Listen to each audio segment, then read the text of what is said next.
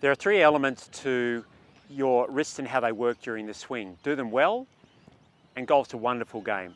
Do them incorrectly, and they can be deadly to your game and also very frustrating. Hi, my name's Peter Knight. I've been an Australian PGA member coaching for 40 years, and today I want to talk to you about how your wrists should move during the golf swing. We're going to cover the three different types of wrist movement, which is the wrists moving up and down, which is hinging, the movement where there's rotation in the wrists, and also the movement of the wrists this way, which is wrist flexion and wrist extension. And stick around to the end of the video, because what I'm going to do is talk about how you work them in the correct order, the correct sequence of movement. If you haven't already done so, click the subscribe button and join me on this channel, which I've created to try and help you play the best golf you possibly can. So let's have a look at those wrist movements. I hope I can do it better than I can say it. So first of all, if we have a look at wrist hinging, so wrist hinging is where the wrists move up and down. Now, looking at my swing from side on, you can see that at the start of my swing, my left arm and the shaft of my club are not in line. There's already a slight angle formed there. When I get to the end of my backswing, so now if I go back to the top of my swing, you can see that that angle has changed from roughly here to begin with to there. That's it. That's all my wrists need to do during the swing. So what I'm looking to do from the top of my swing, or as the club goes back, my wrists will change in that angle. They will hinge. Now, for some players, they'll begin to do that quite early in the backswing. For others, they want to do it much, much later in the backswing, near the end of the backswing. But for most players, it's going to occur somewhere in the middle. Where it occurs isn't all that critical, all that important. The main thing, though, is that if we think of golf as a lever system, which it is, then, and the left arm is one lever and the shaft of the club is another, then as we go back and through, by allowing the wrist to hinge, we're creating like a secondary lever. Now, in the golf swing, as the club's approaching the ball, that shaft is going to eventually catch up to being in line with my left arm. And as it's doing so, that's adding speed to the movement. So that allowing the wrist to hinge and then to unhinge correctly is going to help me a whole lot. Now, in the golf swing, from the top of the swing, what I'm looking to do is start the downswing without the wrists unhinging immediately. So if the wrists begin to unhinge at the beginning of the downswing, that's sort of known as, casting or throwing the club from the top or something like that.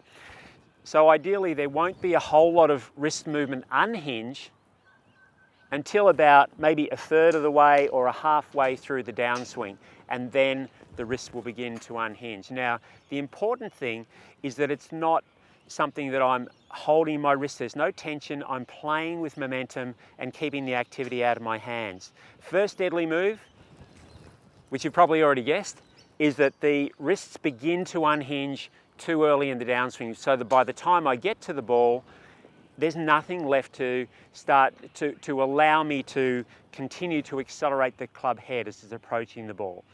And so then I'll start to try and do it with my arms or with my body and just finish up in a mess. So from the top of the swing, arms will swing down, wrists are quite relaxed, and then as I get close to the ball, that's when most of the unhinging is going to occur. If it does occur too early, chances are I'm going to hit the ball a little bit too high, hitting it thin, or I'm going to hit the ground first. More commonly, I'll hit the ground first.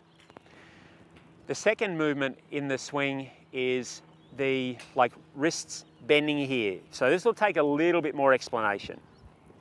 So when I'm setting myself up, you'll notice that the back of my arm and the back of my hand are not straight or flat. So my wrist is in that movement again is slight extension when I'm setting myself up.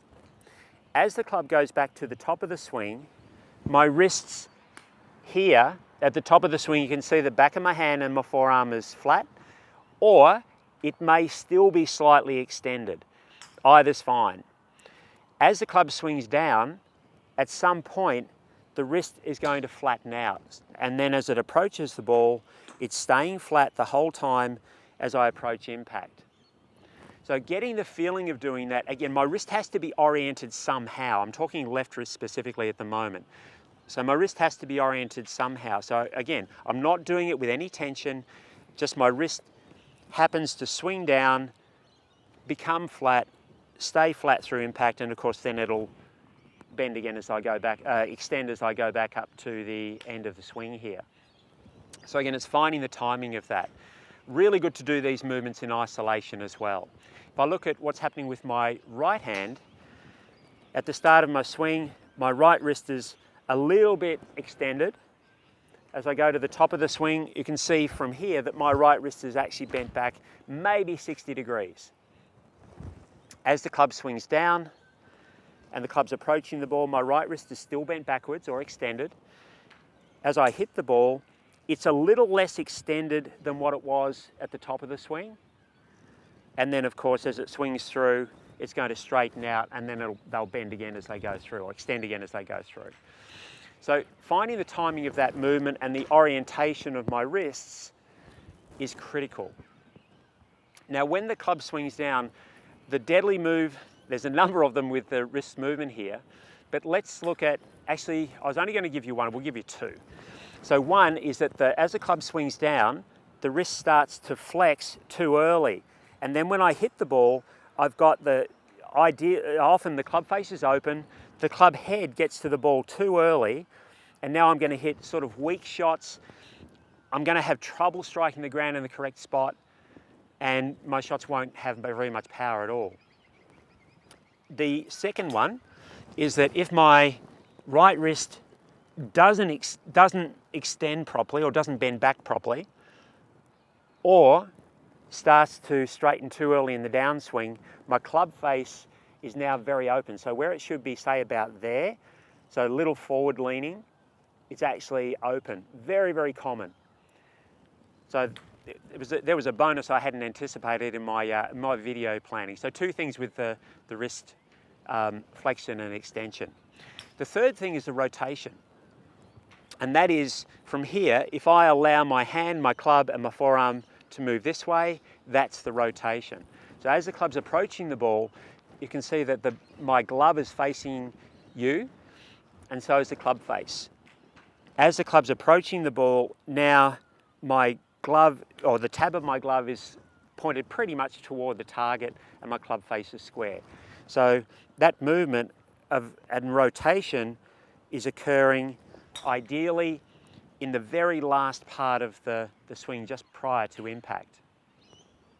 And again, it's not a forced rotation with my right hand. It's not a left arm rotation.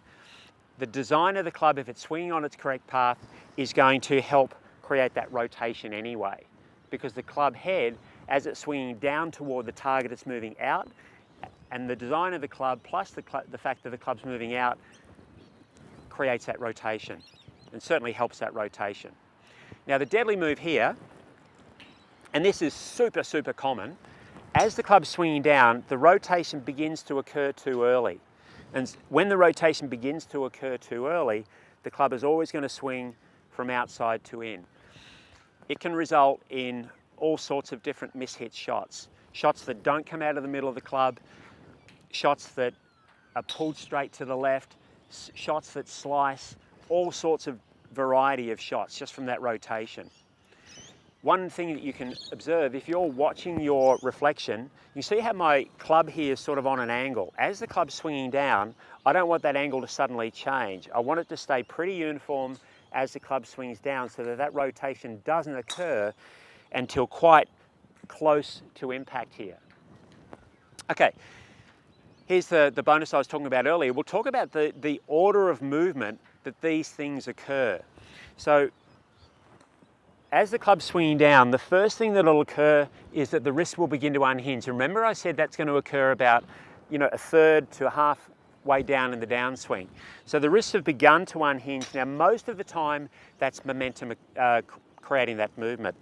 So the wrists are beginning to unhinge, and then as the club gets quite close to the ball, that's when I'll get the rotation occurring in the swing.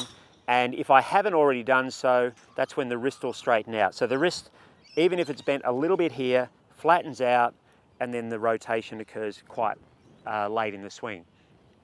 When you're practicing this, do the movements in isolation. So you might just practice the hinging and unhinging. See how that works. Practice the flexion and extension, what the wrists are doing during the swing, and practice the rotation. Then pair them up. So you might be practicing unhinging and rotation with the club coming into the ball as one pairing.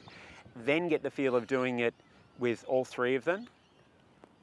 Do it with different length swings and different speed swings, and you'll find that that will really help your golf. Now, if you haven't already done so, hit the subscribe button down here, and you can watch last week's video by clicking the link up here, or YouTube's recommendation based on what you want, which is the link down here.